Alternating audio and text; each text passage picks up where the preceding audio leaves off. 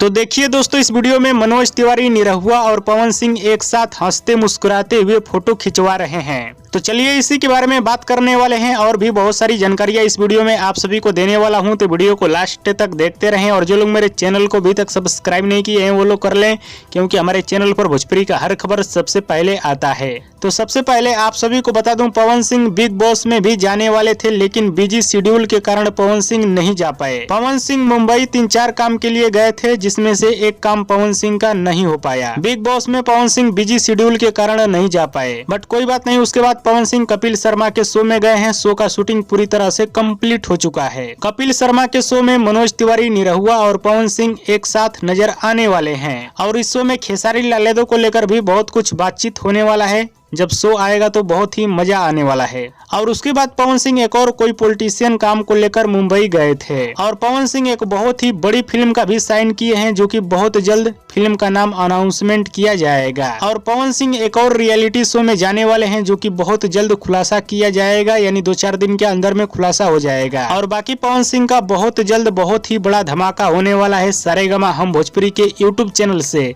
और इस गाने का भी डबिंग आज पवन सिंह मुंबई में किए हैं। हाँ तो दोस्तों, पवन सिंह बहुत कुछ नया नया कारनामा कर रहे हैं, जो कि आप सभी को बहुत कुछ देखने को मिलने वाला है 2026 में। हाँ तो दोस्तों, ये सब पवन सिंह का अपडेट है। बाकी अपडेट कल दिया जाएगा आप सभी को। बाकी पवन सिंह का ये सब नया नया कारनामा आप सभी को कैसा लग रहा है नीचे कमेंट बॉक्स में जरूर बताइएगा। वीडियो पसंद है तो ज्यादा लाइक करें, कमेंट करें, शेयर करें, सब्सक्राइब करें। धन्यवाद दोस्तों।